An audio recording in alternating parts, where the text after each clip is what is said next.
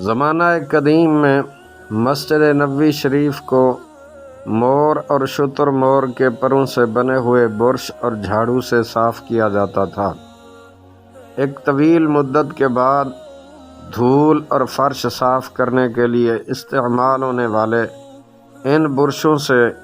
مور اور شتر مور کے پروں کو نکال کر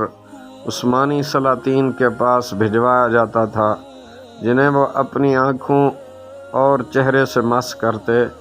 اور پھر انہیں اپنی اپنی پگڑیوں اور تاج کے اوپر لگاتے۔ عثمانی سلطان آنسوں بہا کر کہا کرتے تھے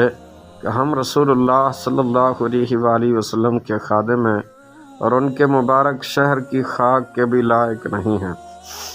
دنیا کے بادشاہ ہیرے جواہرات سے جڑے ہوئے تاج پہننے میں اعزاز محسوس کرتے تھے، جبکہ مسلمان حکمران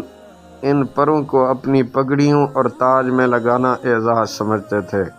جن سے روضہ رسول صلی اللہ علیہ وآلہ وسلم اور مسجد نبوی شریف کی صفائی ہوتی تھی۔ یہی وہ محبت تھی، یہی وہ عشق رسول تھا جس کی برکت سے سلاطین اور عثمانی خلفاء نے کئی صدیوں تک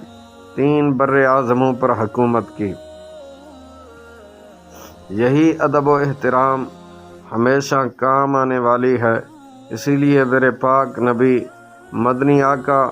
تاجدار انبیاء فخر کون و مکان صلی اللہ علیہ وآلہ وسلم نے ارشاد فرمایا، الدین کلہ ادب۔ اللہ رب ذوالجلال نے دین سارے کا سارا ادب ہی میں رکھا، اسی لیے بزرگان دین کہتے ہیں کہ از خدا خواہیم توفیق ادب، بے ادب محروم شد از لطف رب۔